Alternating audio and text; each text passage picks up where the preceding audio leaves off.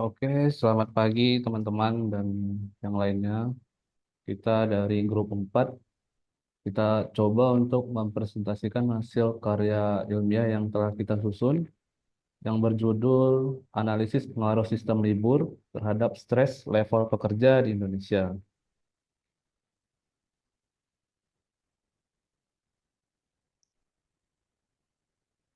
Oke, pertama kita masuk ke abstrak. Peningkatan tekanan dan tuntunan di lingkungan kerja menyebabkan tingkat stres pekerja meningkat. Oleh karena itu, pemahaman dampak sistem libur terhadap tingkat stres pekerja di Indonesia menjadi penting. Penelitian ini menunjukkan bahwa sistem libur yang baik dapat memberikan dampak positif signifikan dalam mengurangi stres pekerja. Melalui pendekatan kuantitatif, sistem penelitian ini mengumpulkan data dari pekerja di berbagai sektor industri, sehingga hasilnya mencerminkan kondisi populasi pekerja di Indonesia secara keseluruhan. Berdasarkan temuan penelitian, disimpulkan bahwa kebijakan libur yang baik dan efektif mampu menurunkan tingkat stres pekerja secara signifikan. Pendahuluan, stres di tempat kerja telah menjadi perhatian utama di seluruh dunia, termasuk di Indonesia. Menurut data dari Badan Pusat Statistik atau BPS, pada tahun 2022, sekitar 40% pekerja mengaku mengalami stres akibat beban kerja yang tinggi dan kurangnya waktu istirahat yang memadai. BPS 2022.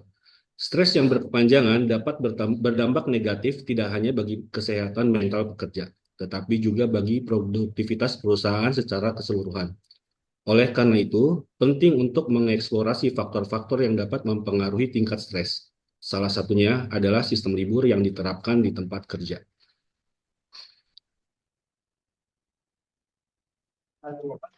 Selanjutnya adalah metode penelitian. Penelitian ini menggunakan pendekatan kuantitatif dengan desain survei untuk mengumpulkan data kuesioner yang digunakan dalam penelitian ini, yang terdiri dari beberapa bagian, termasuk demografi responden, sistem libur yang diterapkan di tempat kerja, dan skala penilaian tingkat stres. Skala penilaian tingkat stres menggunakan alat ukur yang telah yaitu Perceived Stress Scale atau PSS yang dikembangkan oleh Cohen et al. Tahun 1983.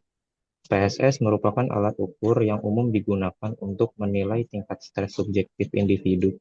Kuesioner yang disebarkan kepada responden mencakup pertanyaan tentang frekuensi dan durasi libur serta persepsi mereka terhadap stres yang dialami.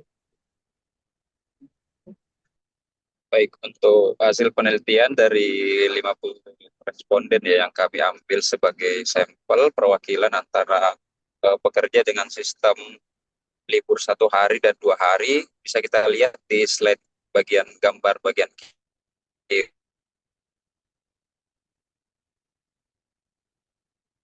deskriptif analitik dan safe lab stress score-nya antara tingkat kepuasan sebanding ya.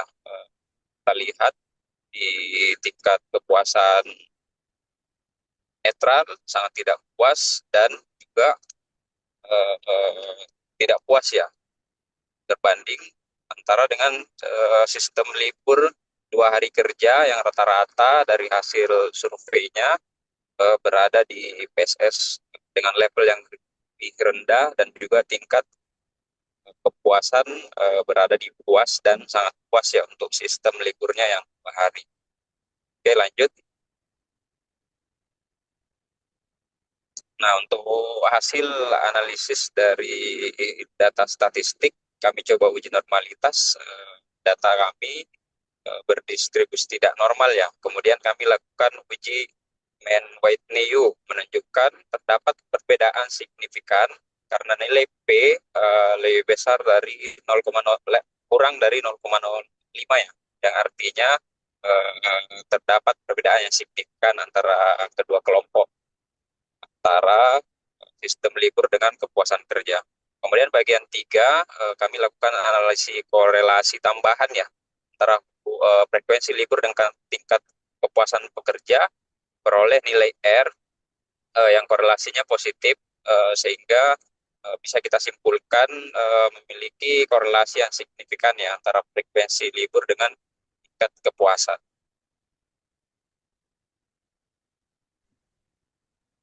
Untuk kesimpulan yang dapat diambil, pekerja yang memiliki sistem libur 2 hari menunjukkan tingkat stres yang lebih rendah dibandingkan dengan mereka yang hanya memiliki libur 1 hari. Hal ini menunjukkan bahwa waktu istirahat yang cukup sangat penting untuk memulihkan diri dari tekanan kerja. Selain itu, penelitian ini juga menemukan adanya hubungan positif antara frekuensi libur dan tingkat kepuasan pekerja. Oleh karena itu, disarankan agar perusahaan mempertimbangkan untuk menerapkan sistem libur yang lebih baik dan fleksibel untuk meningkatkan kesejahteraan pekerja. Jadi, untuk referensi sumber penelitian yang diambil dari Badan Pusat Statistik BPS 2022, Statistik Tenaga Kerjaan Jakarta. Yang kedua, Cohen S., Janicki, Devert D., dan Miller, G.E. 2007. Selanjutnya, Khan R.L. dan Bossire P. 1992. Selanjutnya, Kementerian Ketenagakerjaan Republik Indonesia tahun 2023. Baik, sekian presentasi dari kelompok 4 atau grup 4. Kurang dan lebihnya kita mohon maaf. Wabillahi taufiq wal hidayah. Wassalamualaikum warahmatullahi wabarakatuh.